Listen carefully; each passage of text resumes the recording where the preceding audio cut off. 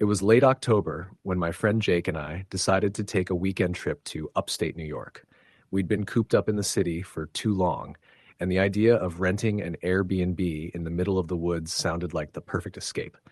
We weren't expecting anything fancy, just a cabin with heat, a stove, and a shower, but the listing we found looked cozy enough. The photos showed a rustic log cabin with a wraparound porch surrounded by dense trees that glowed with fall colors. The host had a perfect 5-star rating, and the reviews were all glowing, secluded, peaceful, perfect getaway. It felt like we were getting lucky. We arrived on a Friday evening, just as the sun was dipping below the tree line. The drive had taken about 4 hours from New York City, and the last stretch was a gravel road that wound deeper into the forest. Jake was driving, blasting some classic rock to keep our spirits up. When we finally saw the cabin, it was even better than the photos. Smoke curled lazily from a stone chimney, and the front porch had a wooden swing that creaked slightly in the wind. We both agreed it was perfect. The first thing we noticed as we stepped out of the car was the silence. It wasn't just the absence of traffic or city noise. It was a heavy, all-encompassing quiet.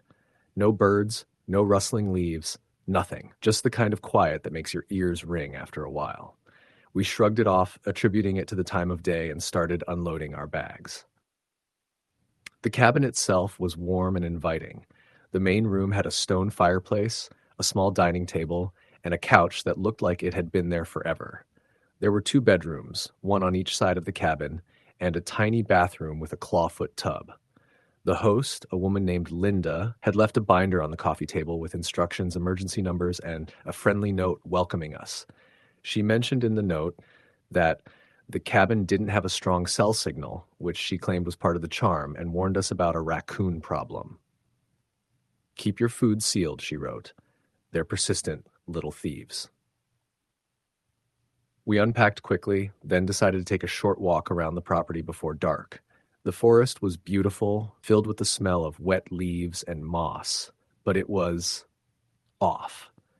The trees were too uniform, in a way, as if the forest had been planted rather than natural, and there were these old stone markers scattered around, half buried in the underbrush, which Jake jokingly called witch graves. I laughed, but there was a knot in my stomach that wouldn't go away. By the time we returned, it was dark, and we started a fire in the fireplace. We cracked open beers and settled onto the couch, enjoying the warmth. That's when the first thing happened. At first, it was just a sound, a faint scratching from outside, like nails on wood. We both froze. The porch swing moved slightly, though there was no wind. "Probably a raccoon," Jake said, trying to sound casual. I nodded, but I couldn't shake the feeling that someone or something was watching us. We tried to ignore it, telling ourselves the night would be fine. Around 11 p.m., we went to bed, each claiming a side of the cabin. The air inside was colder than I expected, despite the heater. I fell asleep, but it wasn't restful. I woke up around 2 a.m. to the sound of the front door creaking open. My heart skipped a beat. I sat up, listening. Jake was snoring softly. The door didn't open fully. It was ajar, moving slightly in a way that suggested someone had pushed it. I grabbed my phone, but of course there was no signal. I whispered to Jake, shaking him lightly. "Dude, the door, it's open." He groaned and mumbled something about sleepwalking. I didn't argue. I got up, grabbed a heavy flashlight from the kitchen, and slowly approached the door. Nothing. The porch was empty. I closed it and locked it, checking the windows. Everything seemed fine, but my stomach had dropped into my shoes. I tried to go back to sleep, but I couldn't. Every little noise made me jump. Morning came slowly. The sun barely penetrated the thick canopy of trees. Over breakfast, we discussed the door. Jake insisted it was probably just a draft, but I could tell he was unnerved too. I checked the cabin more thoroughly, making sure every lock worked. Nothing was missing, but the feeling of being watched lingered. The next day, we decided to go for a hike. We followed a trail that led deeper into the forest. The scenery was stunning, with mist curling around the trees, but again, something felt off. We found more of those stone markers, some with symbols carved into them. "Creepy as hell," Jake said. "This place wasn't just a rental. It was some kind of ritual site." I laughed nervously, but didn't voice the thought that had crossed my mind. What if someone had been living here, nearby, watching? That night, things escalated. We were sitting in the living room watching an old movie on my laptop with the fireplace crackling. Around 10 p.m., I heard it again, scratching, but closer this time, almost on the walls. Then came a low, dragging sound from the kitchen. Jake and I froze. The sound stopped as quickly as it started, but by then, the hairs on my arms were standing on end. I suggested we just call it a night, but as I reached for my flashlight, I noticed something in the reflection of the window, a shadow moving across the porch. Jake saw it too. "There's someone out there," he whispered. We moved slowly to the window, peering out. Nothing. The porch was empty. But then, we both saw it. The door to the basement, which we hadn't noticed before, was slightly open. The cabin listing never mentioned a basement. We had assumed the cabin was just one floor. Our stomachs sank. Slowly, cautiously, we approached. The air near the stairs was colder, and I felt a sudden intense dread. We both knew we shouldn't go down there, but curiosity, or perhaps fear, was stronger than reason. We shined the flashlight down the stairs. The beam caught something that made us both recoil. There were handprints on the walls, smeared with something dark. Not just any handprints. They were small, childlike, and they went all the way down to the bottom. Jake whispered, "We need to leave. Now." I nodded, and we packed quickly, grabbing our bags and keys. As we stepped outside, I saw it clearly. Footprints in the dirt leading from the woods to the cabin, then disappearing under the porch. Not animal prints. Human. Barefoot. Too small for an adult. We ran to the car, not looking back until we reached the gravel road. No one followed. Back in the city, I tried to rationalize everything. Maybe it was a squatter, maybe some local kids played pranks, maybe I was just scared. I contacted the Airbnb host, telling her about the basement and the handprints. Her response shocked me. "Basement? We don't have a basement. The cabin is thoroughly inspected before every guest. You must have imagined it." I pressed, sending photos, but she never responded after that. Weeks later, I looked online and found old news articles about that area. There had been a string of disappearances, children mostly, in the 1980s. Some were never found. Some were found, but no one was ever arrested. One article mentioned an abandoned log cabin deep in the forest where some of the evidence had been discovered. I couldn't find the exact location, but the details matched too closely. Jake and I never spoke about it much after that, but sometimes late at night I get a text from an unknown number. Just a single message: "You shouldn't have been there." The messages don't repeat, and they don't come often, but they always arrive at exactly 2:13 a.m., the same time I woke up to the open door.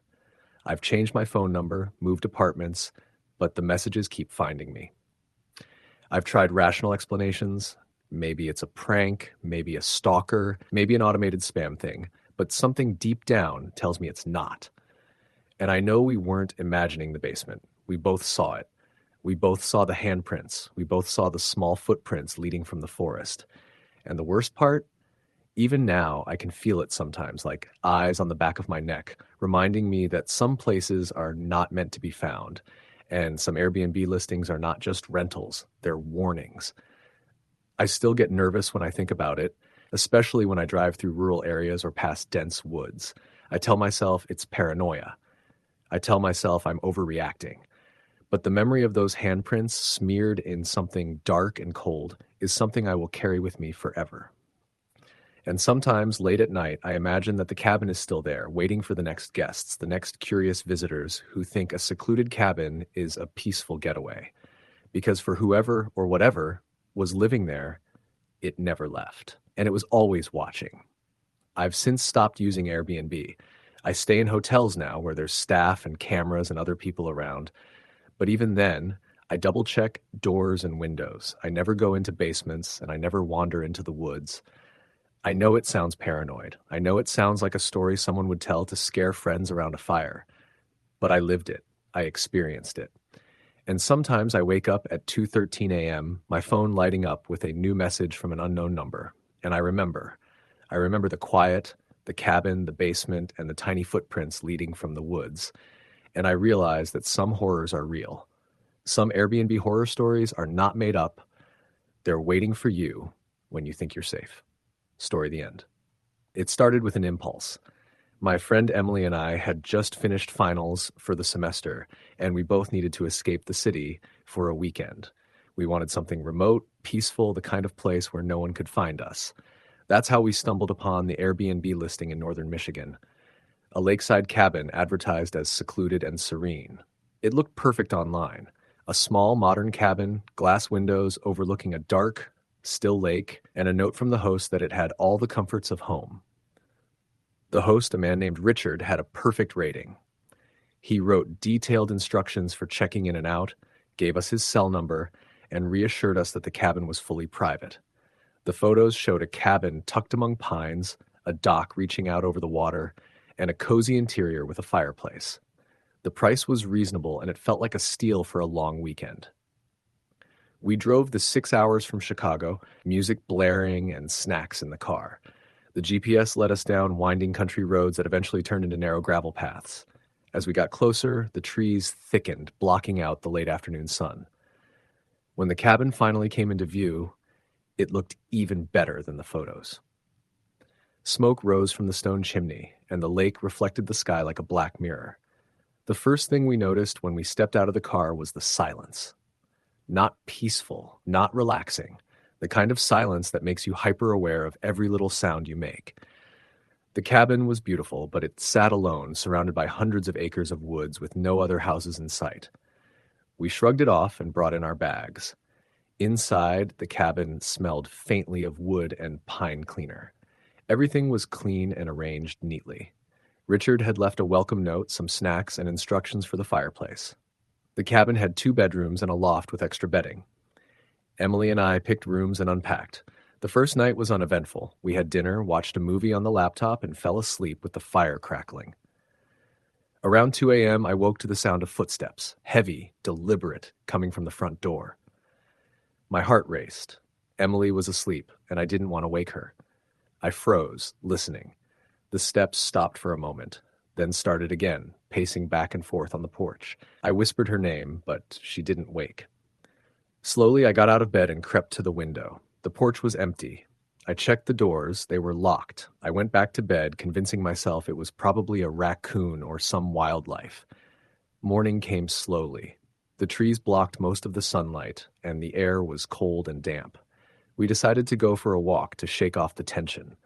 As we walked along the lakeside, I noticed something odd, footprints in the mud, leading from the woods to the cabin and stopping abruptly at the edge of the porch. Small, like a child's. Emily laughed nervously. Probably just deer, she said, but they weren't hoofprints. We tried to enjoy the day, cooking lunch and sitting on the dock. But as evening approached, unease set in. Emily suggested lighting the fireplace and watching a movie to distract ourselves. Around 9:30 p.m., we heard it again, the slow creak of the porch swing moving as if someone had just sat down. Then a soft tapping on the window, almost like fingernails. We froze, staring at the dark glass. I told Emily to call Richard. No answer. I texted him. No reply. My phone service was weak.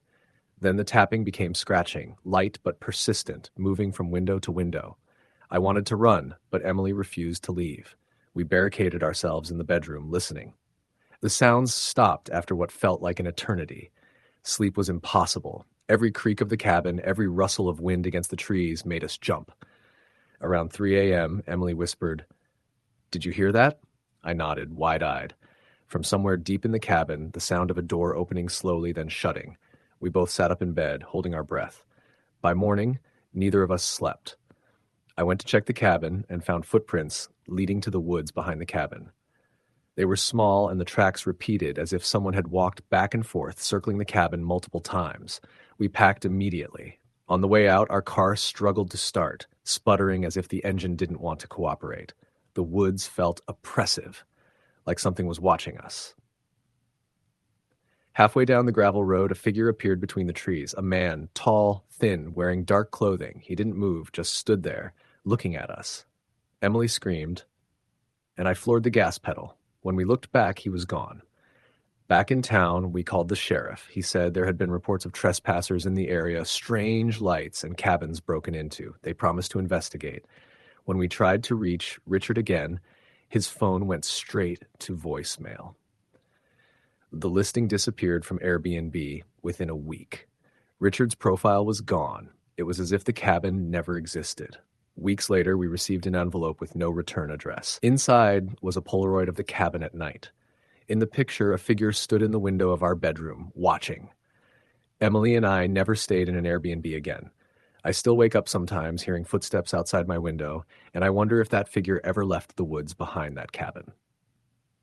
Story the end. It started out as a simple weekend getaway for me and my best friend, Jenna.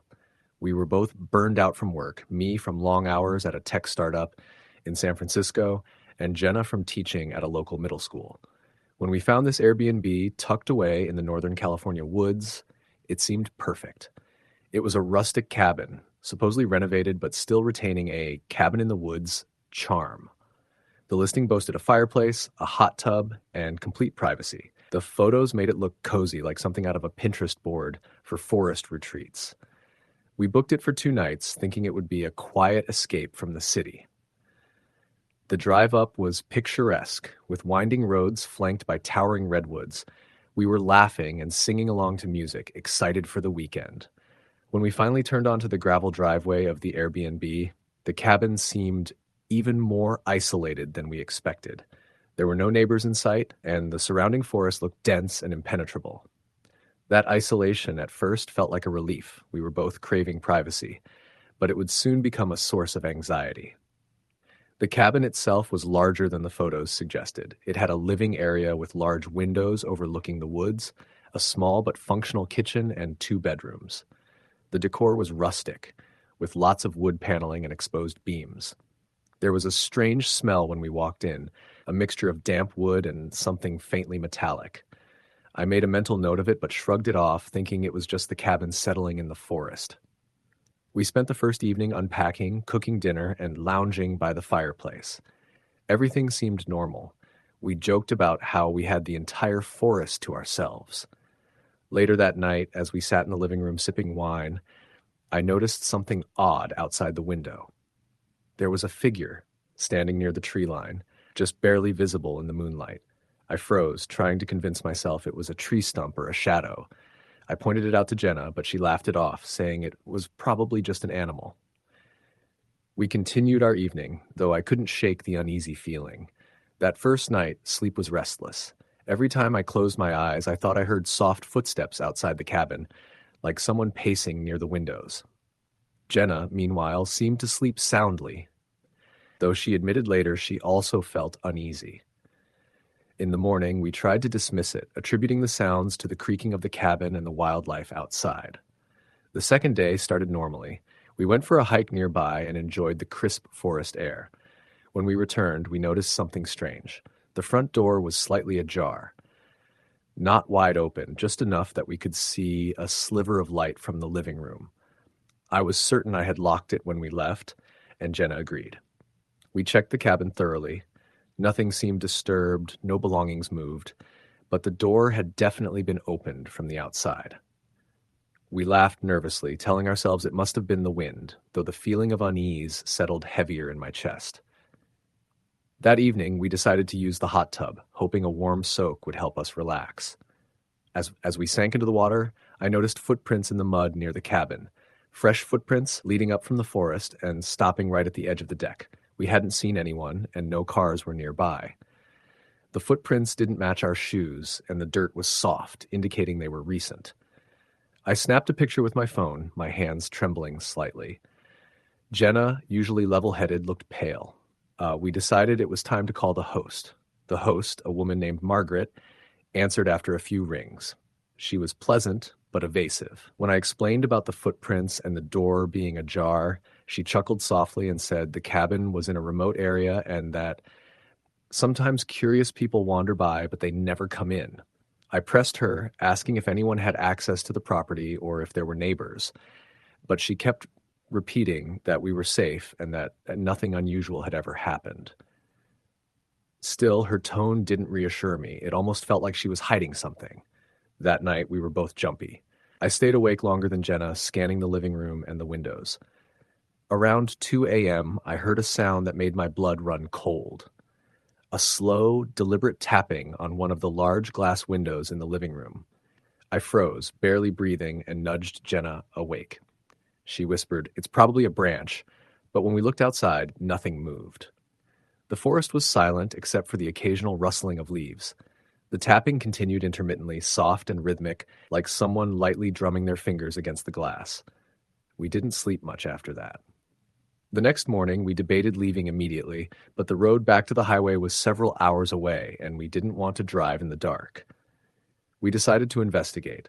I went outside to check the perimeter, walking carefully around the cabin. That's when I found it. A small, crudely carved symbol etched into one of the trees near the back of the property. It was dark, almost black, and the grooves looked freshly carved. I had no idea what it meant, but the sight made my stomach churn. When I showed Jenna, she went pale and told me she had noticed similar marks during our hike yesterday, but had dismissed them as random scratches. We decided to take a walk down the gravel driveway to see if there were any signs of human presence, hoping to spot a neighbor or a passerby. The deeper we went into the forest, the more the surroundings changed. It felt like the air was heavier, the shadows darker. That's when we saw it. A small, dilapidated structure hidden behind a thicket of trees. It looked like an old shed or hunting cabin, covered in moss and vines. Something about it was wrong. Windows were boarded up, and there were more of the same carved symbols all over the wooden walls.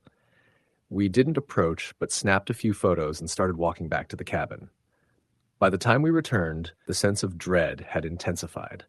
The cabin seemed different somehow, colder, more oppressive. That night, around 11 p.m., we were startled awake by a loud crash from the kitchen. We jumped out of bed and turned on the lights. The cabinets had been flung open, utensils scattered across the floor, and the fridge door was swinging. Nothing else in the cabin had been disturbed. I immediately called the host again, but this time, she didn't pick up. My phone had almost no service, which only increased the panic. We debated calling 911, but we were hesitant to leave the cabin at night, especially with the forest so close. We decided to stay together in one of the bedrooms, barricading the door with furniture. The rest of the night was filled with intermittent noises, footsteps on the wooden deck, scratching on the windows, and occasional whispers that were just barely audible. Neither of us slept, sitting huddled together in the darkness, listening as the forest seemed to close in around us. The morning brought no relief. We packed our bags as quickly as possible, checking out in silence. When we got to the car, I finally called 911 to report the break-in and the strange activity. The dispatcher took our information but said they would need to send someone to the property and that we should leave immediately. Driving away, I glanced back at the cabin. From a distance, it looked serene, like nothing had happened. But I knew better. Back in town, we researched the property and found out unsettling information. The cabin had been rented out for years, but several previous guests had posted vague, fearful reviews about feeling watched or hearing strange noises, though most had been removed from Airbnb. Digging deeper, I found that the land was privately owned by an older couple who rarely lived on it, and there were rumors of occult practices in the area. We even found a local news article from 10 years ago about a hiker who went missing near that forest. The details were sparse, but it matched the location of the cabin. The following week, I contacted Airbnb to report our experience, including photos of the symbols and the footprints. They initially promised an investigation, but I never heard back. The host, Margaret, had deactivated her account. We were left with more questions than answers, and I couldn't shake the feeling that someone or something was watching us, even after we left. Every time I look at the photos from that weekend, I notice small details I hadn't seen before. Shadows in the trees, vague human shapes in the distance, and in one image, a pair of glowing eyes just beyond the tree line. Months later, Jenna admitted she had nightmares about the cabin for weeks. She claimed she could still hear the tapping and whispers, even in her apartment in the city. I, too, had lingering anxiety whenever I'm near isolated wooded areas. We never returned, and we've both avoided Airbnb rentals in remote locations since. There's a part of me that still wonders if someone had been living near the cabin the whole time, watching our movements, maybe even inside the forest shed we had glimpsed. The thought alone is enough to make my skin crawl. To this day, I can't explain everything we experienced. The footprints, the carved symbols, the noises, and the inexplicable sense of being watched all point to something beyond ordinary intruders. Whether it was a person, a group of people, or something else entirely, the experience changed me. I'm careful now, hyper aware when booking places, especially isolated cabins. That weekend was supposed to be a simple escape, a brief reprieve from our busy lives. Instead, it became a nightmare we still talk about in hushed tones, avoiding details we fear might make it real again. We keep the photos but rarely look at them. The memory of the cabin, the forest, and the unseen presence that haunted us lingers. Even now, when the wind howls through the trees outside my apartment, I'm reminded of those nights, the tapping, the shadows, and the feeling that we were never truly alone. It's something you can't shake, something that remains long after you've left the place behind. The lesson is clear, though it came at a high cost. Isolation, even in a seemingly idyllic retreat, can hide dangers that aren't visible, aren't human, and aren't forgiving. We were lucky to escape with our lives intact, but the fear, the uncertainty, and the knowledge that someone or something was out there waiting is a weight we carry with us every day. And I know deep down that some of the things we experienced are impossible to fully explain or forget.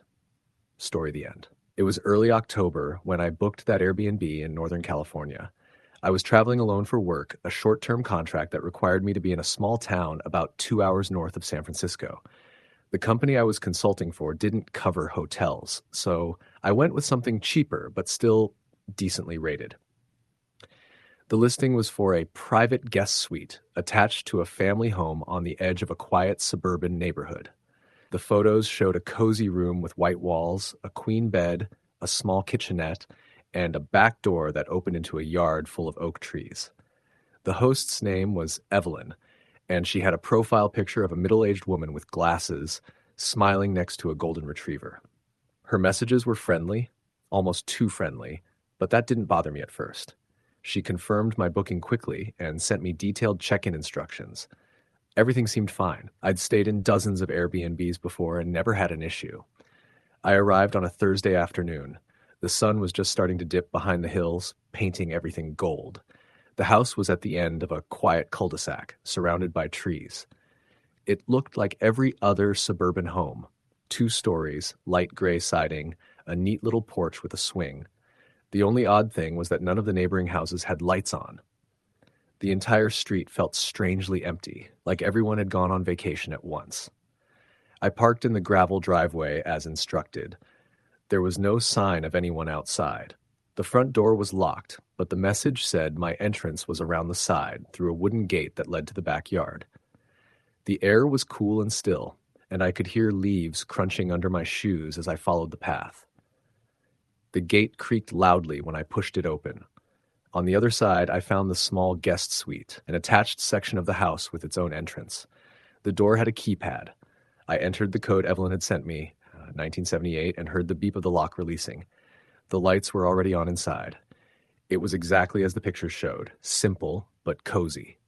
The kitchenette had a small fridge, a microwave, and a few dishes neatly stacked.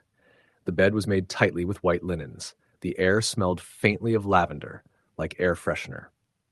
There was a folded note on the bed that said, "Welcome, Alex. Make yourself at home. I'm in the main house if you need anything. Evelyn." I remember feeling relieved. It looked normal, safe. I unpacked, checked the Wi-Fi, and sat down to finish some work emails. As the sun went down, the crickets outside got louder. I noticed the occasional sound of footsteps from the main house through the shared wall, but that seemed normal too. Around 8:30 p.m., I went to heat up some leftovers I'd brought with me. That's when I noticed something small and strange. The microwave door had faint smudges on the inside, like fingerprints. I wiped them off with a paper towel and didn't think much of it. But when I opened the fridge, there was a single glass jar sitting in the back. It was unlabeled and filled with a cloudy liquid. I didn't touch it. I ate, showered, and got ready for bed. The room didn't have curtains, just thin blinds that didn't fully cover the window.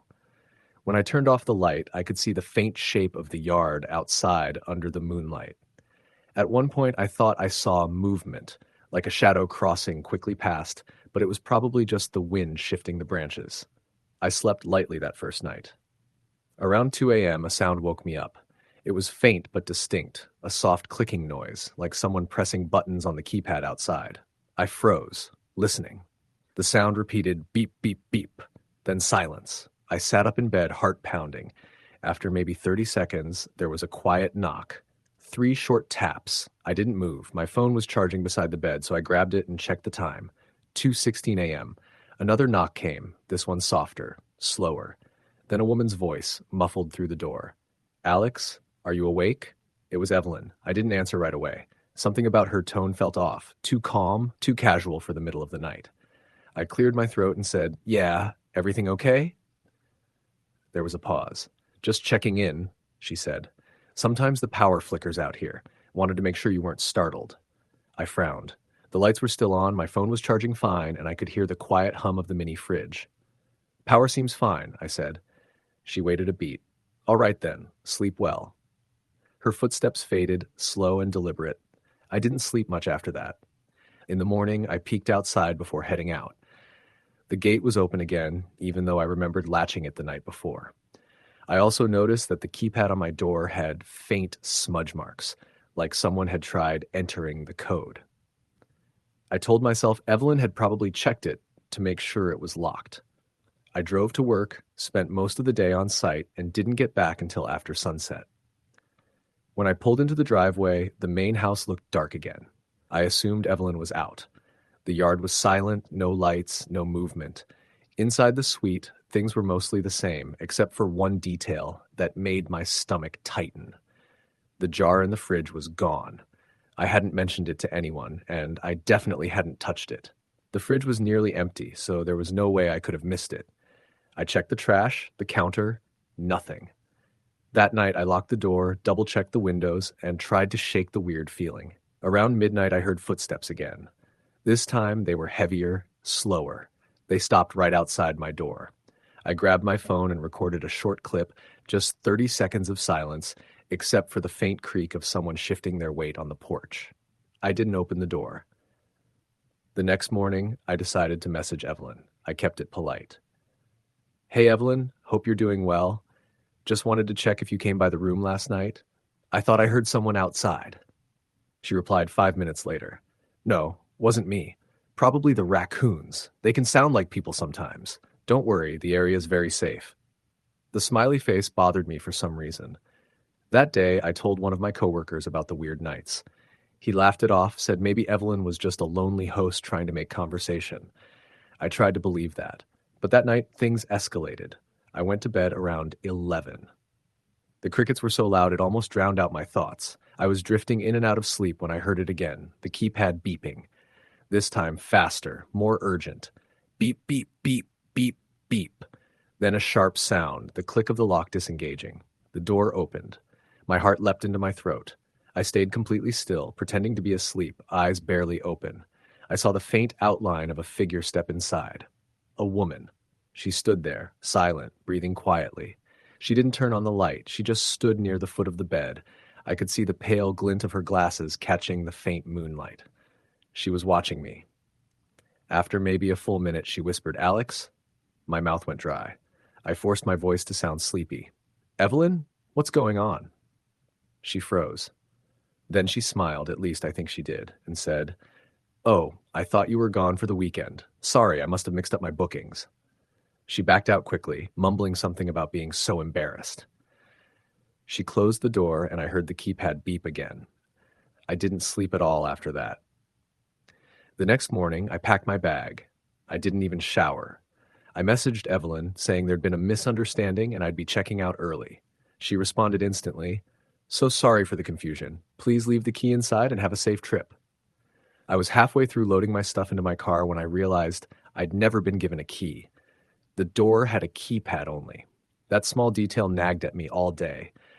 I found a cheap motel 20 minutes away and checked in there for the rest of my assignment. I didn't leave a bad review because I didn't want any drama. But a week later, I got an Airbnb notification that Evelyn had left a review for me. It said, "Alex was quiet and respectful, would host again anytime." That alone was enough to creep me out. Months passed. I mostly forgot about it until one night, out of curiosity, I looked up her listing again. It wasn't there anymore. Her host profile had vanished. When I searched the address, I found a local news article. It was about a missing guest who'd been staying at a private rental in the same neighborhood. A young woman traveling alone, last seen around mid-September, the week before my stay. The article didn't give details, but police suspected foul play. There was one quote from a neighbor that chilled me. She kept to herself, but I'd see her in the yard sometimes at night, talking to people who weren't there. I tried not to think about it. But a few nights later, curiosity got the better of me again. I went back into my phone's photo album to find the short recording I'd made that night, the one where I thought I'd heard footsteps. When I pressed play, I noticed something I hadn't before. About 10 seconds in, just under the sound of creaking wood, there was a faint whisper. "Alex, don't go." I dropped my phone. I deleted the file, deleted the Airbnb app, and swore I'd never stay in another private home rental again. But sometimes when I check into a hotel now, I still wake up in the middle of the night to the sound of faint keypad beeps just outside my door. Story, the end. I booked the Airbnb in late October just outside of Asheville, North Carolina. I'd been traveling for work a lot that year, and after months of living out of hotels, I was craving something that felt a little more human, something quieter, homier. I'd planned to stay for 10 nights, work remotely during the week, and maybe explore the Blue Ridge Mountains on the weekends. The listing looked perfect. Private guest house on scenic property, it said. The photos showed a small white cottage tucked behind a larger farmhouse, surrounded by trees with leaves turning amber and red. There was a front porch with 2 rocking chairs, a fire pit, and what looked like acres of woods in the background. The host's name was Janet. She had over 100 reviews, nearly all 5 stars, and she replied to my booking request within minutes. "Thank you for booking, Mark," she wrote. "You'll love it here. It's peaceful and you'll have complete privacy. I'll leave the key in the lockbox by the door." I arrived just before dusk on a Friday. The drive through the winding mountain roads had been gorgeous, fog curling through the trees, the light soft and orange. But by the time I reached the narrow gravel driveway that led to the property, the sun had slipped below the horizon. The main farmhouse stood dark, except for one upstairs light glowing faintly.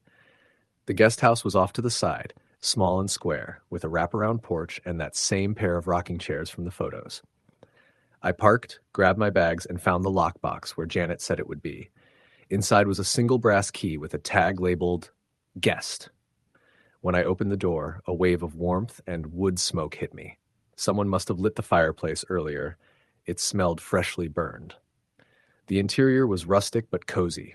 One big room served as a living area and kitchen, with a small hallway leading to a bedroom and bathroom. There was a welcome note on the counter. Open quote, "Hi Mark, hope you enjoy your stay. Please make yourself at home. The Wi-Fi password is on the fridge. If you need anything, text me. Janet." Close quote. I glanced out the window toward the main house. The single light upstairs was still on. I couldn't see anyone moving inside. That first night was peaceful. I made some dinner, poured a drink, and sat by the fireplace watching the flames shift and crackle. Outside, I could hear crickets and the distant rush of wind through the trees. Around midnight, I crawled into bed, tired from the long drive, and fell asleep almost instantly. Around 2 a.m., I woke up to what I thought was knocking. 3 short, deliberate knocks. Then, silence. I sat up, heart pounding, listening. Nothing. I told myself it must have been something outside, maybe a branch or an animal bumping against the wall. The guest house sat right against the woods, and the wind was strong that night. I tried to go back to sleep, but an hour later I woke again. This time to a faint creaking sound, like footsteps on wood. They were slow, measured, coming from the porch. I stared at the ceiling, holding my breath. After a moment, the sound stopped. When I finally worked up the courage to get up, I crept to the window and peeked through the blinds. The porch was empty. The motion sensor light hadn't even turned on. I waited another few minutes before forcing myself back to bed, feeling foolish but uneasy. In the morning, sunlight made everything feel normal again. I convinced myself I'd dreamed the whole thing. I went for a run on the country road, made breakfast, and set up my laptop at the kitchen table to work. Around noon, I got a text from Janet. Open quote, "Just checking in. Everything okay?" Close quote. I wrote back. Open quote, All good. Thanks. Beautiful spot. Close quote. She replied with a smiley face and nothing else. That afternoon, I noticed something odd. When I walked outside to get a better cell signal, I glanced back at the guest house and realized the upstairs light in the main house was still on, same one as last night. The curtains were drawn, but I thought I saw movement behind them, a faint shifting shadow.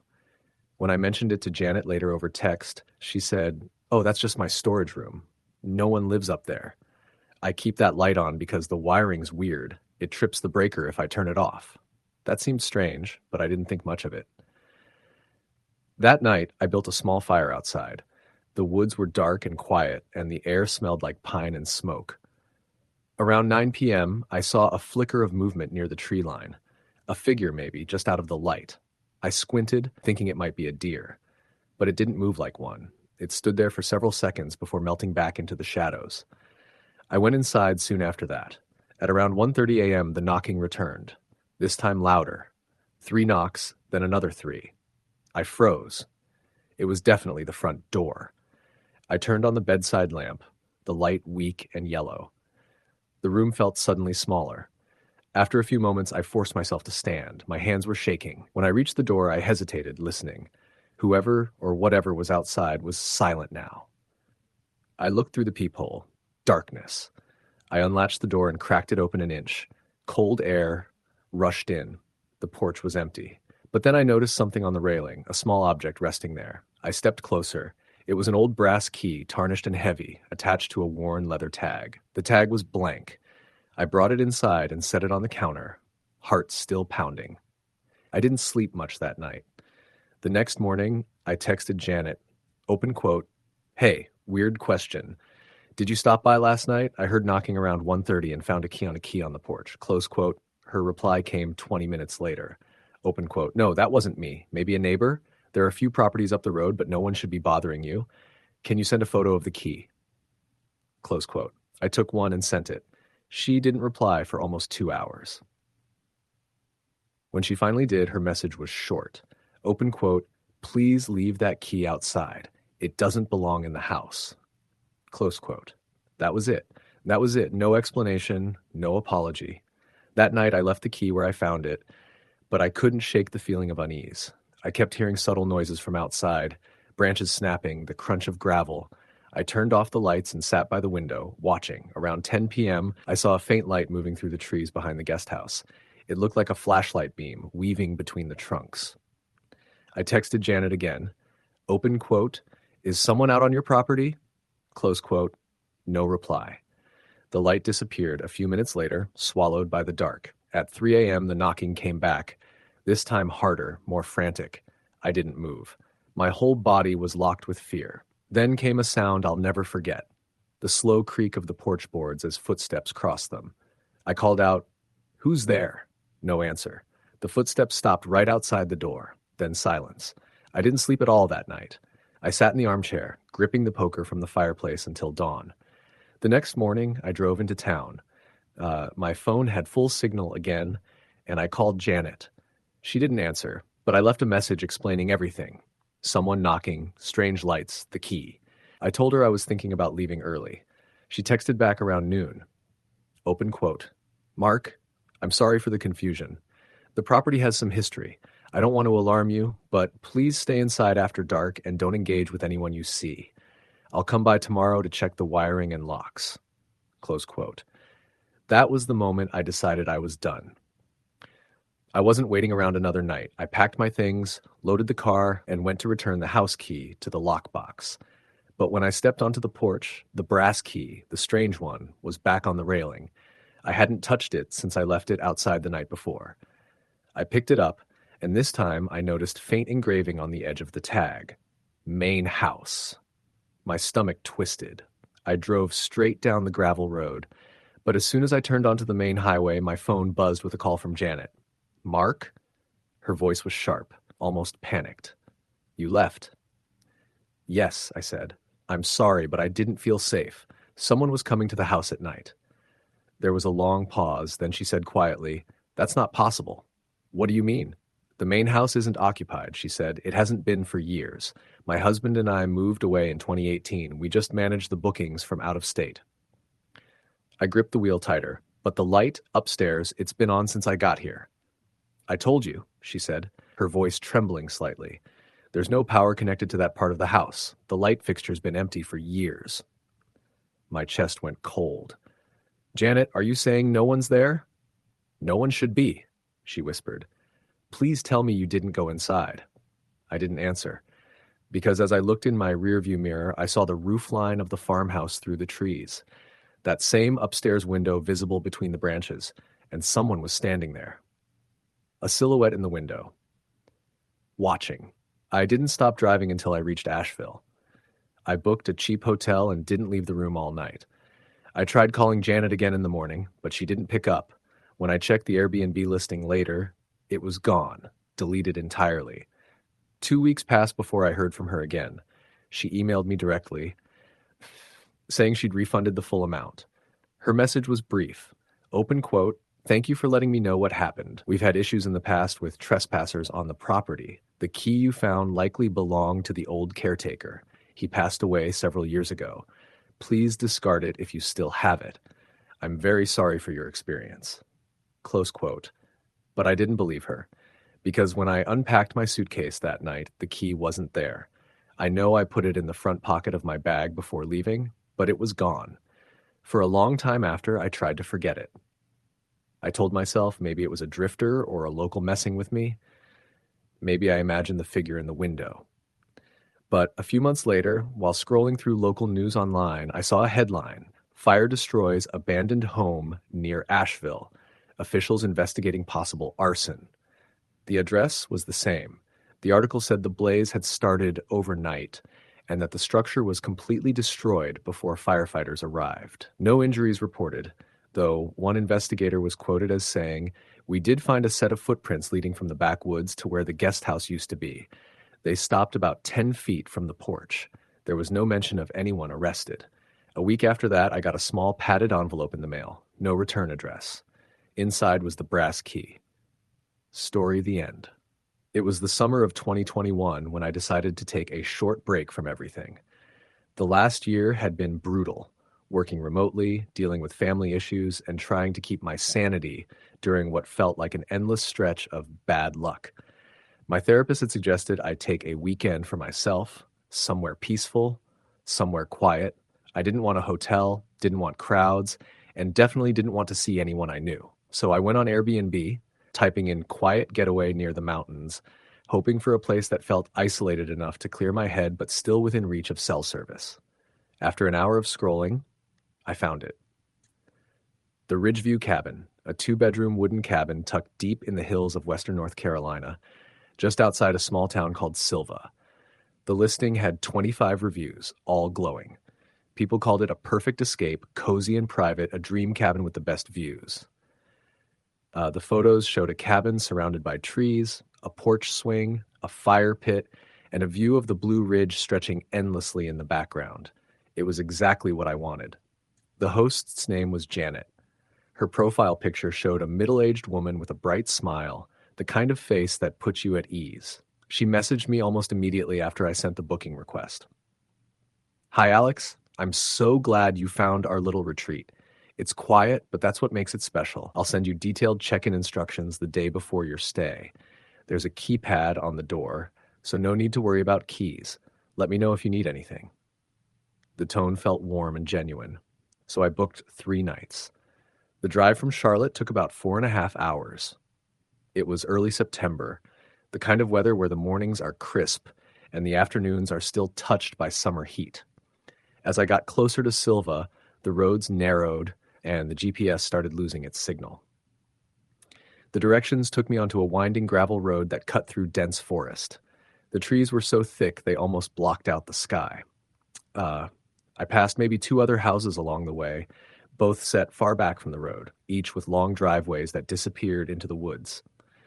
When I finally reached the cabin, I felt a strange mix of relief and unease. It looked just like the pictures, warm wooden siding, a small porch, and big windows that caught the last light of the setting sun. But it was quiet, too quiet.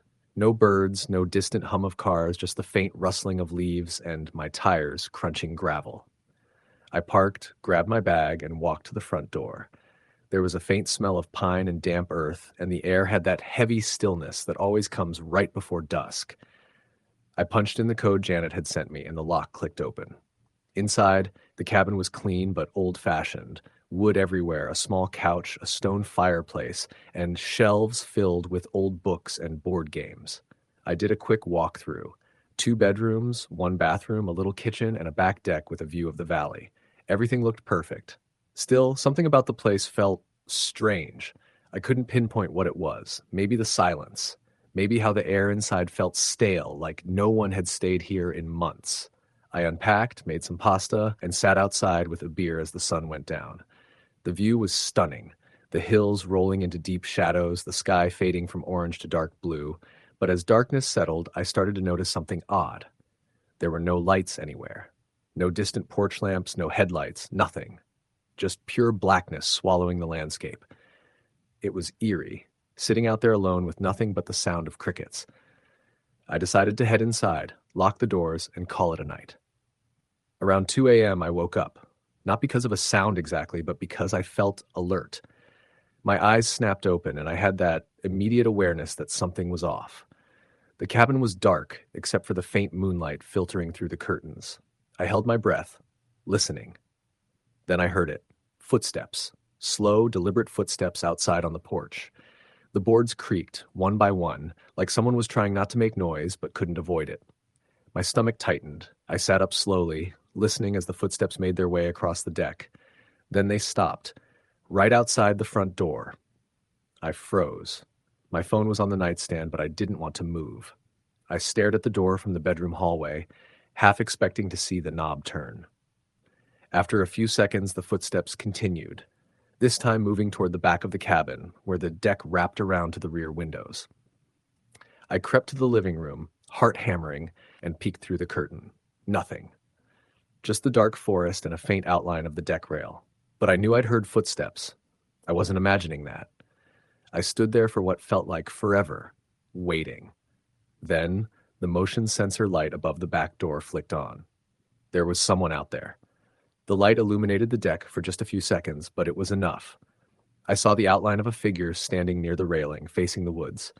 They were tall, maybe a man, but the light clicked off too fast to make out details. I backed away, my breath shaky. I grabbed my phone, but of course, there was no service. My only thought was to turn off all the lights and stay quiet. I locked the doors, every window latch, and sat in the corner of the living room with my back against the wall, staring at the door. After what felt like an hour, I finally mustered the courage to peek outside again. The light hadn't come on since, and the porch was empty. The forest was still.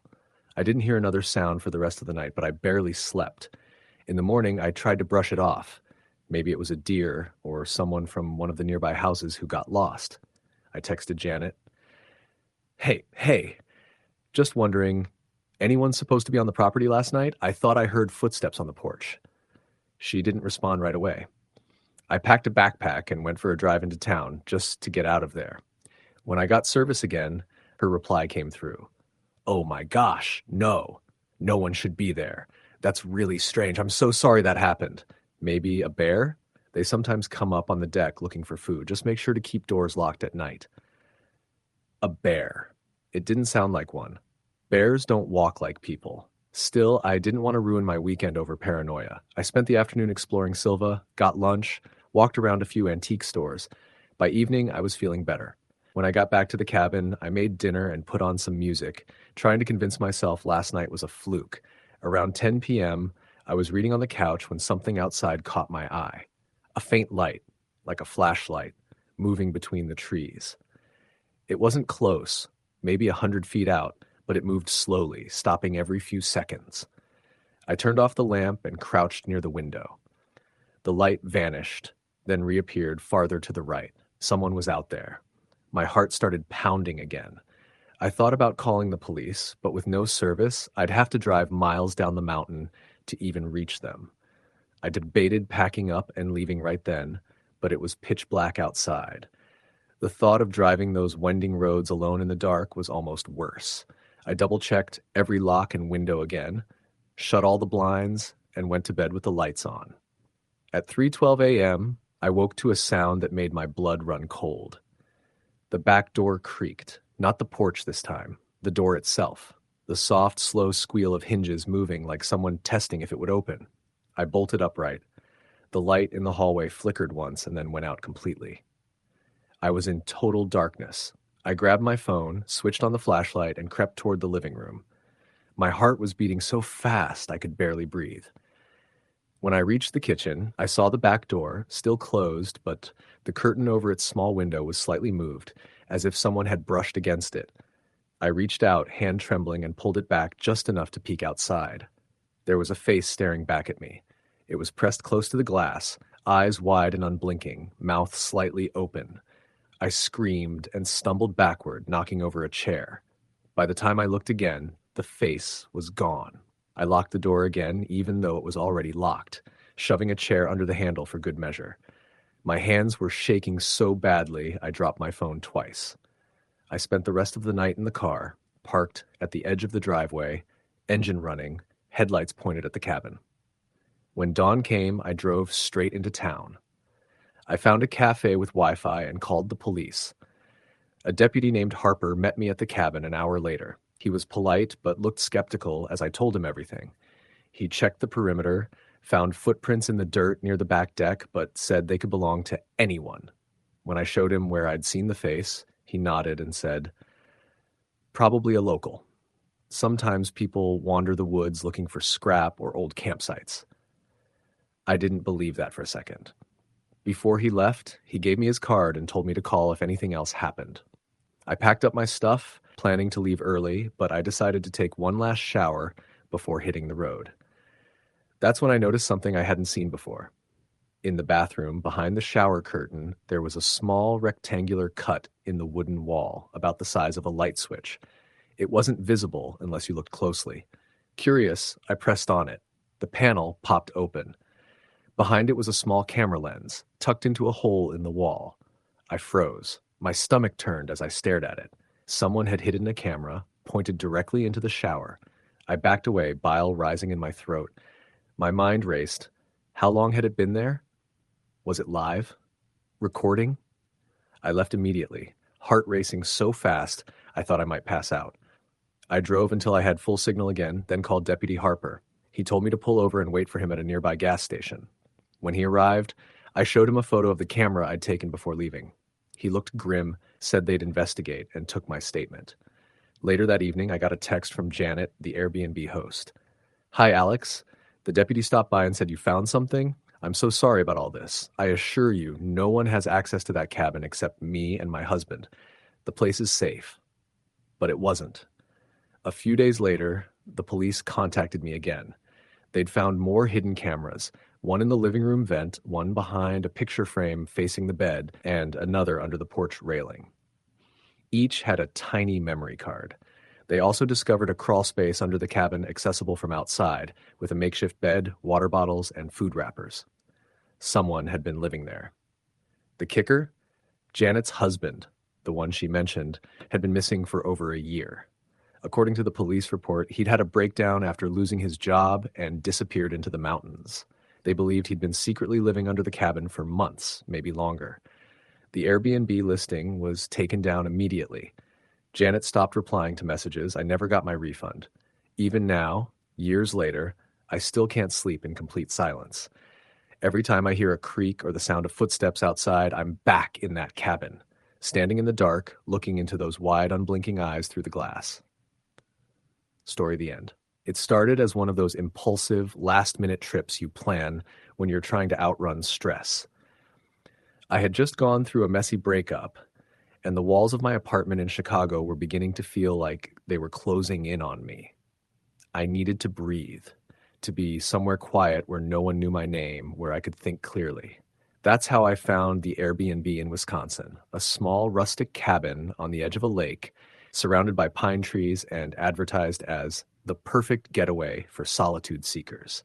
The listing had a handful of reviews, all positive but vague. Comments like, "Exactly what I needed," "So peaceful," and "Host was kind and communicative." The host's name was Allison. Her profile photo showed a middle-aged woman with a warm smile and short blonde hair. She wrote that the property had belonged to her late father and that she now rented it out to travelers. It looked perfect, affordable, cozy, remote. I booked 3 nights. The drive took about 4 hours. It was early November, and by the time I left the city, the sky was already gray, the air sharp with the smell of coming snow. My phone's GPS led me off the main highway and onto narrow roads that twisted through farmland before disappearing into forest. I hadn't realized how isolated the cabin really was until the asphalt turned into gravel and my cell signal dropped to 1 bar. The trees thickened on both sides, swallowing the last of the light. After what felt like forever, I saw the cabin's mailbox, an old, rusted thing leaning at an angle, with the number barely visible. I turned onto the dirt driveway, crunching through dead leaves. The cabin appeared through the trees a few moments later. It was smaller than I expected, but exactly as pictured.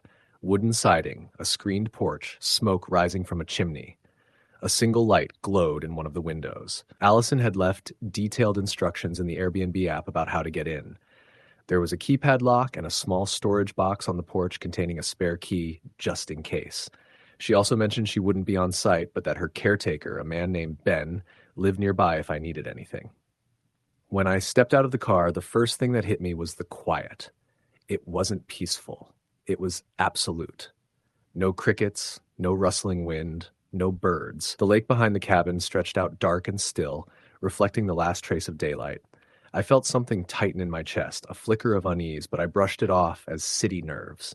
Inside, the cabin smelled faintly of wood smoke and something older, like damp earth. It was clean, though, and warmly lit. A small living room with a stone fireplace, a kitchen with a gas stove, a bedroom with a quilt-covered bed. Cozy. Safe. I texted my sister, letting her know I'd arrived and that my phone service was weak. She texted back, "Enjoy the peace. Don't get murdered in the woods, lol." I laughed, turned off my phone, and opened a beer. The first night was uneventful. I cooked pasta, read for a while, and sat by the fireplace until my eyes grew heavy. Around midnight, I went to bed. I woke up sometime later to a noise outside.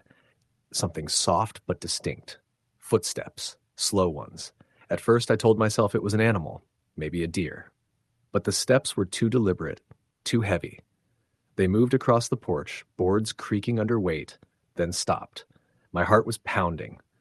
I listened, every muscle tense. Nothing, just the quiet again. After a few minutes, I forced myself to get up. I peeked out the bedroom window. The porch was empty. The trees beyond it were motionless. I went to the front door, making sure it was locked, then checked the back door too. Everything was secure. I told myself I was being paranoid, that maybe it had been the house settling or my imagination filling in silence with ghosts. I eventually fell back asleep, though my dreams were restless and dark. The next morning, frost covered the ground. I brewed coffee, stepped out onto the porch, and saw something that made my stomach drop. Footprints. Clear, boot-shaped prints leading from the trees to the steps and stopping right by the door. They weren't mine. I stared at them for a long time, soothed, my pulse thudding in my throat. There were no other houses nearby, no trails. Who would be walking through the woods in the middle of the night? I snapped a photo, thinking I'd show it to Allison later, though I wasn't sure what good that would do. I told myself, maybe it was Ben, the caretaker, checking the property. But why wouldn't he have said something? By afternoon, I'd convinced myself not to overthink it. I went for a walk along the lakeshore, the cold biting at my face. The water was perfectly still, the air so crisp it almost hurt to breathe. But even in daylight, the woods around the cabin felt off, like they were too quiet, too heavy. Once, I thought I saw someone through the trees, a pale flash of color, but when I turned, there was no one there. That night, I kept the lights on in the living room and left the fire burning. I didn't want to sit in silence, so I played music softly on my phone while I cooked dinner. Every so often, I'd glance at the window. Nothing. The shadows outside shifted with the firelight, but that was all. I poured a glass of wine, trying to relax. Around 10, I heard it again, the porch boards creaking. This time, slower. Closer. I turned off the music and held my breath. A faint knock. 3 taps. Not hard, but clear. Someone was outside. I stood frozen for what felt like a full minute before I moved to the door. My hand hovered near the handle. "Who's there?" I called. Silence. I tried again. Louder. "Ben? Is that you?" Still nothing. I waited another few seconds before forcing myself to peek through the front window. The porch was empty, but there, at the bottom of the steps, were the same boot prints, fresh in the frost. I backed away from the window and locked the door again, double-checking it twice. My hands were shaking. I grabbed my phone, but it had no signal. I typed out a message to Allison anyway, hoping it would send once the connection came back. "Someone's outside the cabin. Please call me." I didn't sleep that night. Every creak of the cabin made me flinch. Around 3 in the morning, I heard something else. Soft breathing, close to the wall near my bedroom window. Not an animal. I know what human breathing sounds like. Slow, heavy, deliberate. I lay there, eyes wide open, until dawn. When the first gray light crept through the curtains, the sound was gone. I waited another hour before getting up. When I finally dared to look outside, my stomach twisted. The footprints were back, circling the cabin this time, over and over, as if whoever it was had walked around the entire building again and again during the night. That was enough. I decided to leave. I packed my bag, threw it into the car, and drove down the dirt road as fast as I could. The plan was to get to town, find a coffee shop, and call Allison. But 10 minutes into the drive, my car started sputtering. Then the engine died completely. I tried restarting it again and again, but it wouldn't turn over. There was no cell service, no passing cars, just the forest, pressing in from all sides. I got out, thinking maybe I'd walk back to the cabin and use the landline. Allison's guidebook had mentioned one. But as I turned toward the path, I froze. There was a man standing on the edge of the trees. He wasn't moving, just standing there, half hidden by the shadows. I couldn't make out his face, but he was tall and wearing a dark coat. "Hey," I yelled, though my voice came out shakier than I wanted. "Can you help me?" He didn't answer. He just tilted his head slightly like he was studying me. My heart hammered in my chest. I backed toward the car, keeping my eyes on him the whole time. "I'm calling the police," I shouted, even though I had no signal. He didn't move. I got in the car, locked the doors, and waited. After what felt like forever, I looked back toward the trees. He was gone. I stayed there for nearly an hour, too scared to move. Finally, I decided I couldn't just sit there. The only option was to walk. There was a gas station about 5 miles back, according to the GPS map I'd looked at earlier. I grabbed my coat and started walking fast, glancing behind me every few seconds. The forest was deathly quiet again. My own footsteps sounded unnaturally loud on the gravel. After a while, I thought I heard something behind me, branches snapping. But when I turned, nothing. I started walking faster, almost jogging. My nerves were shot, adrenaline making my hands tremble. Then, from somewhere behind me, I heard my name. A man's voice. Low. Drawn out. "Laura." My blood ran cold. No one here knew my name. I broke into a run, heart slamming in my chest. I didn't look back. It didn't stop until I saw the faint outline of the gas station through the trees. By the time I burst inside, breathless and shaking, the attendant, a young guy maybe 19, looked startled. "Whoa, ma'am, you okay?" he asked. I told him everything. The cabin, the man, the footprints, the car. He listened, eyes wide, and called the sheriff. 2 deputies showed up about 30 minutes later. They drove me back to the cabin while a tow truck went to get my car. When we arrived, one of them, a broad man named Deputy Harris, examined the area around the porch. Sure enough, the footprints were still there, clear as day. "You said these were here last night too?" he asked. I nodded. "And they go around the whole cabin. Someone was walking circles around it." He crouched, studying them for a moment, then stood. "Boot size looks like maybe 10 or 11. Can't tell how old the prints are with the frost, but you're right. Someone's been out here." They searched the property, even the woods nearby, but found nothing. Harris said there were a few old hunting cabins deeper in the forest that sometimes attracted trespassers. He assured me it was probably just a local, and not to worry. When I mentioned hearing my name, his expression shifted slightly. "Could have been the wind carrying sound from somewhere else," he said. I didn't believe him. Back inside, I tried to collect my things, but as I was zipping up my bag, I noticed something that made my stomach flip again. On the nightstand by the bed, there was an old Polaroid photo. It hadn't been there before. The picture showed the cabin, this cabin, but it was taken from outside, through the bedroom window. And in the photo, I was sleeping in the bed. My hands went cold. I showed it to Harris, who frowned deeply. "Where did you find this?"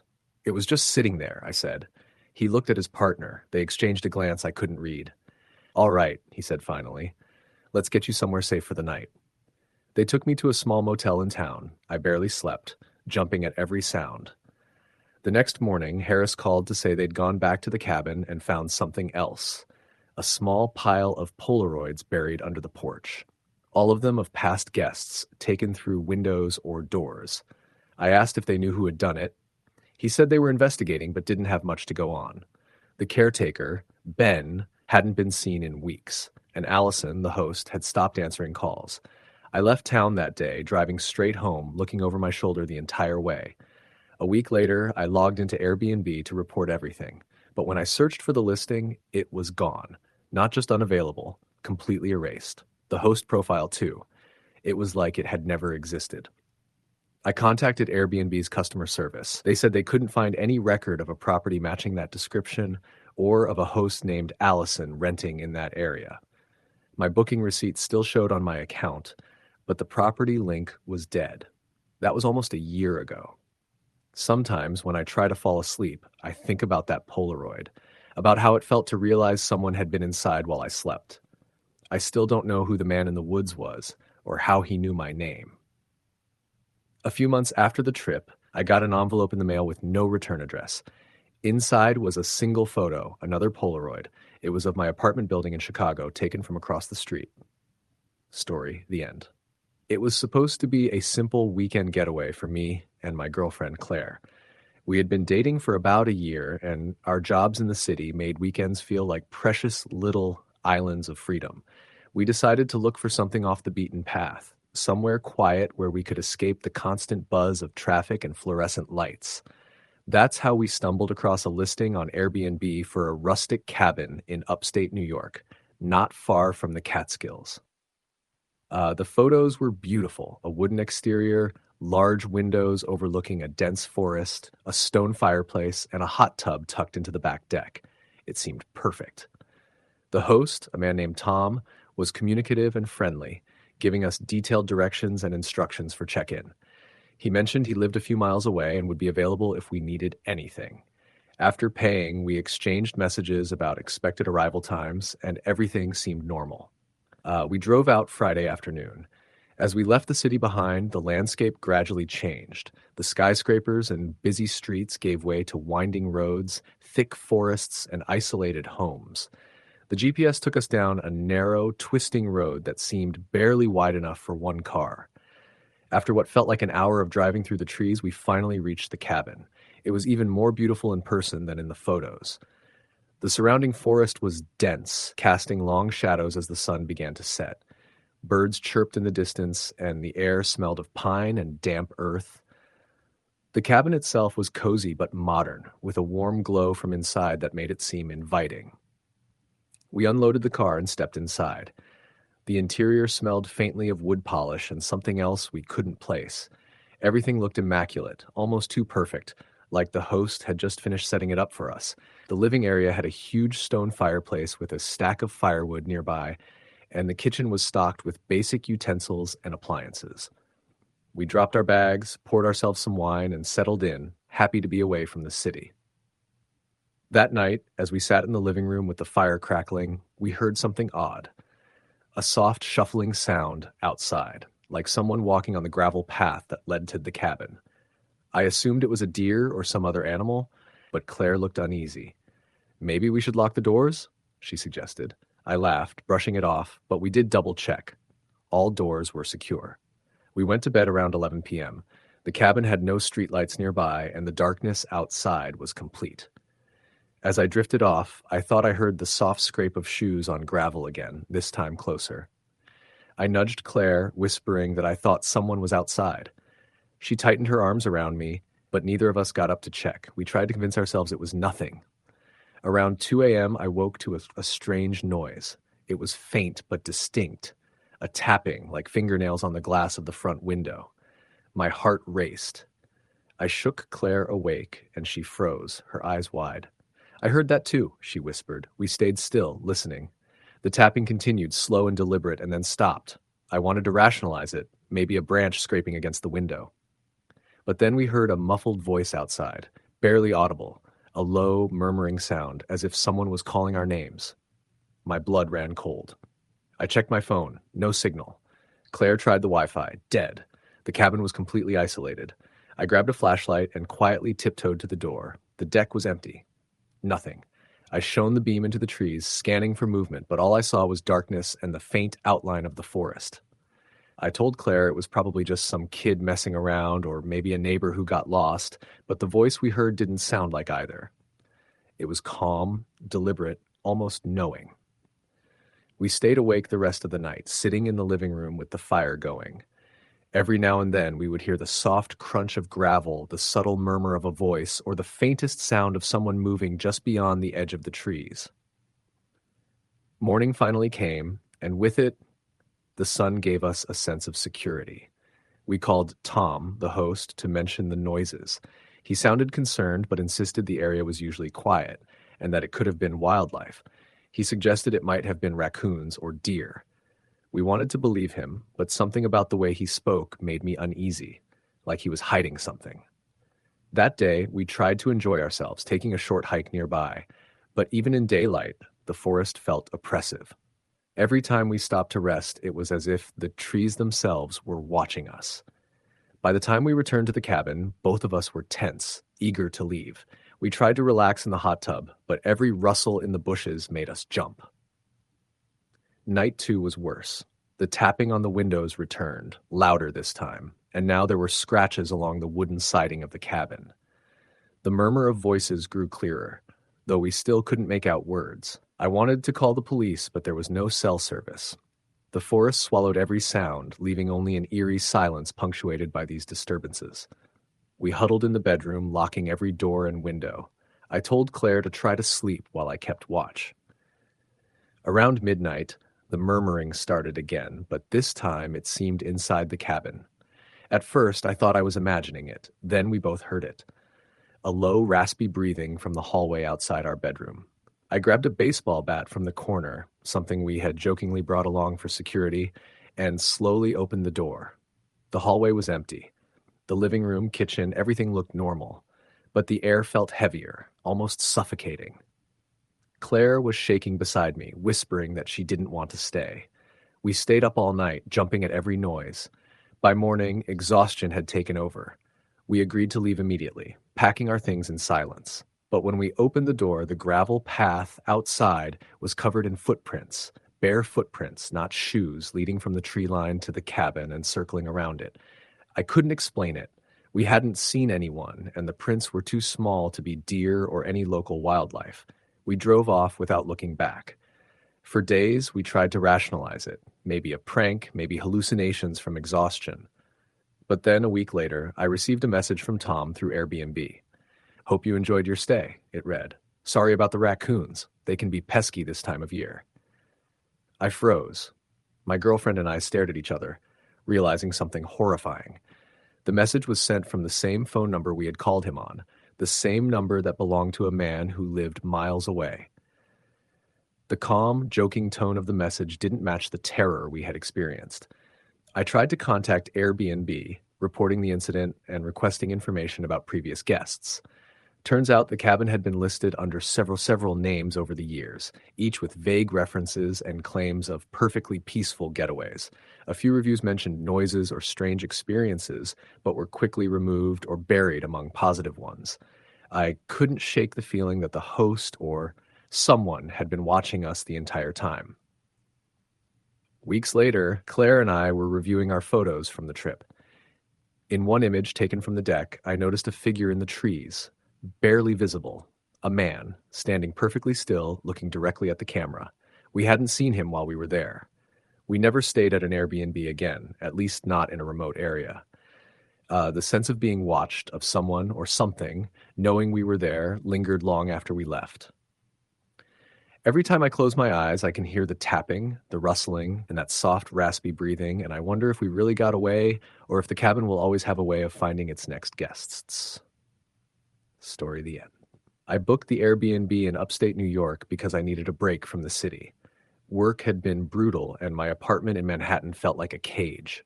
The listing promised a remote cabin on private acreage, perfect for a peaceful getaway, and the photos were exactly what I wanted. A rustic wood cabin surrounded by thick trees, a stone fireplace, and a porch overlooking a small lake. The host, named Greg, had dozens of positive reviews, and I liked that he was responsive. When I arrived late Friday afternoon, the sun was low, casting long shadows through the forest. The driveway was narrow, gravel and winding, barely visible among the trees. I had no cell service for the last mile, and the GPS signal flickered in and out. By the time I reached the cabin, the sky was a deep orange, and the air smelled of pine and damp leaves. The cabin sat back from the road, nearly hidden by trees. Greg had left the key in a lockbox just like he said he would. Inside, the cabin smelled faintly of wood smoke and something else, older, like old fabric.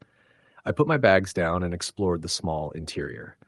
There was a living room with a low couch, a stone fireplace with stacked firewood, a small kitchen with a table, and a narrow hallway leading to a bedroom and bathroom. On the counter, a handwritten note read, "Welcome. Enjoy your stay. Firewood is by the door. The thermostat is set to 70. If you need anything, text me. Greg." I spent the evening unpacking, lighting a small fire, and making dinner. Around 11 p.m., as I was brushing my teeth, I heard it. A faint scratching sound, like someone dragging a chair across the floor in the living room. I froze. The cabin was small, and no one else should have been here. I told myself it was probably just the house settling.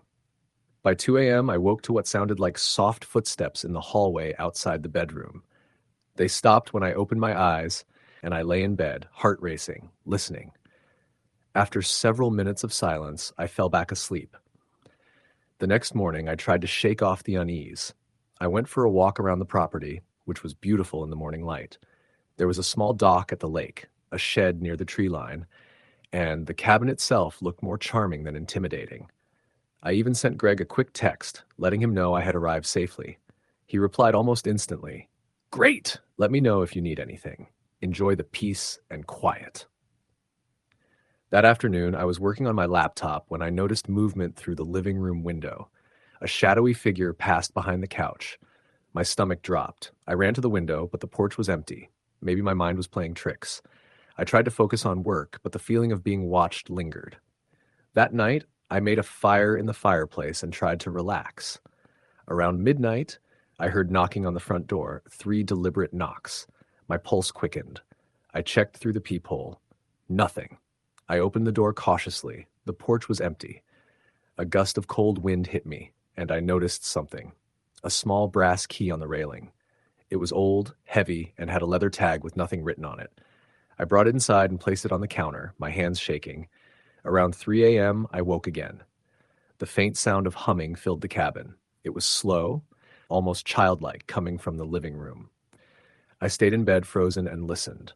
The sound stopped abruptly, replaced by a scraping noise like furniture being dragged across the floor. I couldn't move. I couldn't breathe. Eventually, the noises faded, and I fell into a fitful sleep. The next day, I texted Greg, "Hey, did anyone else have access to the cabin last night? I heard noises, maybe just the wind, but I want to check." His reply came hours later. "No one should be there but you. The cabin is old and can make noises when it settles. Don't worry." That night, the humming returned, louder this time. It seemed to come from behind the walls, echoing through the cabin. I checked the living room and the bedroom, everything normal. But when I glanced at the photograph above the fireplace, a framed family portrait from the 1920s, the children in the photo appeared to be looking directly at me. I shook my head, tried to rationalize it, and went back to bed. At 1 a.m., the knocking started again, followed by the slow creak of the floorboards in the living room. I held my breath. Then came a dragging sound, moving toward the hallway that led to the bedroom. I stayed still, too terrified to move, until the noises stopped. By morning, I was exhausted. I packed my bags, intending to leave early, but when I went to unlock my car, the battery was dead. My phone had no service. I went back inside, heart racing, trying to figure out what to do. That's when I noticed it. The brass key I had brought inside the night before was back on the railing outside. I didn't touch it since last night. I grabbed it and considered leaving it there, but curiosity made me look closer. On the edge of the leather tag, faint engraving read, "Main House." My stomach twisted. I got back in the car, and hours later, I finally reached a place with service. I called Greg, but he didn't answer. I left a message explaining everything. That afternoon, I started driving back to the city, constantly checking the rearview mirror. Occasionally, I thought I saw movement among the trees behind me. 2 weeks later, I got an email from Greg. He apologized and said they had a caretaker who had passed away years ago and that the key likely belonged to him. He assured me no one else had been at the property. But a month after that, I was scrolling through local news and saw a headline: Fire destroys remote cabin in upstate New York. Cause under investigation. The address matched the cabin I had stayed in. The article mentioned footprints leading from the woods to the cabin but stopping short of the door. I never stayed at an Airbnb in that area again. Occasionally, late at night, I think I can hear the faint humming in my apartment in the city, and I remember the figure in the window, the brass key, and the feeling of being watched. Story the end. It was early October when my friends and I decided to take a last-minute trip to the mountains. We had been cooped up in Atlanta all year, and after a brutal few months at work, the idea of renting an Airbnb far away from the city sounded perfect. None of us wanted a hotel. We wanted something secluded, cozy, and private. I found a listing on Airbnb for a cabin in the North Georgia mountains. The place was rustic but modern, set on the side of a hill with a panoramic view of the forest. The host's profile, Ruth, had excellent reviews. People praised her hospitality, the privacy of the cabin, and the tranquility of the location. The cabin had 2 bedrooms, a loft, and a large deck that looked out over a thick canopy of trees. It was perfect for the weekend we had in mind. We arrived just as the sun was dipping behind the mountains, casting long shadows through the trees. The gravel road leading up to the cabin was narrow and winding, flanked by dense woods. It felt isolated, and at first that was exactly what we wanted. The driveway ended at a wooden cabin with a stone chimney, smoke faintly curling from the top. The keypad on the front door worked perfectly, and inside, the cabin was exactly like the photos. Wood floors, exposed beams, a stone fireplace, and an inviting kitchen. We unpacked quickly, lit a fire in the fireplace, and cooked dinner. The evening was peaceful. We sat on the deck, sipping wine, and watched the colors fade over the hills. The silence was heavy, almost too perfect, but we didn't care. We joked about how the place was haunted by quiet. Night came fast. I went to bed early while my friends stayed downstairs, chatting and laughing. Around 1:30 a.m., I woke to a strange scratching sound. It was soft, coming from outside. I sat up, listening carefully. It wasn't the wind. It sounded deliberate, set, like someone tapping a stick against the wood siding of the cabin. I nudged my friend Jake, who was sleeping in the room with me. He mumbled and turned over, pretending to be asleep. I convinced myself it was just an animal, maybe a raccoon or a deer, but the scratching continued, moving around the perimeter of the cabin. I got up, heart racing, and tiptoed to the window. There was nothing there. The deck was empty, the forest dark and still. I tried to shake off the feeling, went back to bed, and eventually fell asleep, though lightly. The next morning, over breakfast, I mentioned the noises. My friends laughed it off, saying I probably just imagined it. We spent the day hiking on a nearby trail. The forest was beautiful, crisp with the first hints of fall, but even then, the sense of being watched lingered, a quiet tension we couldn't shake. That night was worse. We were sitting around the fireplace when we heard it. The sound of the front door handle turning. We froze. The cabin had a keypad lock, and we were certain we were alone. I grabbed my phone, but of course, there was no signal. The handle rattled again. Then the doorknob clicked. We were paralyzed. I grabbed a flashlight and shone it toward the door. Nothing, just the shadows of the trees cast across the deck. Then came the sound of footsteps inside the cabin, slow, deliberate, moving from the living room toward the kitchen. We huddled together, whispering, wondering if maybe the host had come by unexpectedly. But we knew the listing had stated clearly that the cabin was private. The footsteps stopped right outside the kitchen door. We could hear breathing, deep, steady, calm. Then the kitchen light flickered on and off. My friends whispered about calling the police, but with no service, that wasn't an option. Eventually, the noises stopped, and we didn't hear anything else that night. We didn't sleep. We stayed up, flashlight in hand, listening to every creak, every movement. The next morning, we discovered something chilling.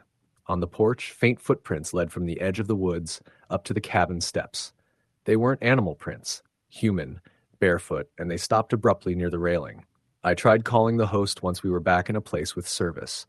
Ruth replied quickly, sounding confused. Nobody should be there. That's impossible. That's impossible. Maybe a local teenager played a prank? But we knew it wasn't a prank. Too much had happened.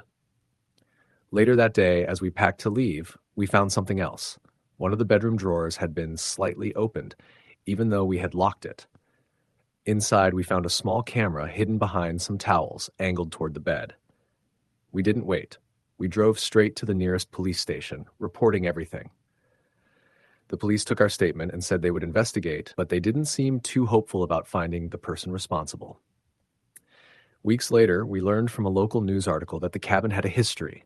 Previous guests had reported similar experiences. Footsteps, doors rattling, strange noises at night. One report mentioned a hidden room in the cabin that was long sealed off, but nobody knew why. Ruth, the host, had apparently inherited the cabin from her parents, who had been reclusive and eccentric. Some locals whispered about odd rituals in the area, but no one could say for sure. We never stayed in an Airbnb like that again. Every time I think about it, I can hear those footsteps, slow and deliberate, echoing through the cabin. I can see the shadowy figure outside the window. And I know we weren't imagining it. Something was in that cabin with us, watching, waiting, just beyond the edge of the light. Even now, months later, the memory makes my skin crawl. That cabin in the North Georgia mountains wasn't just isolated, it was inhabited, and it had been waiting for us long before we arrived. Story the end.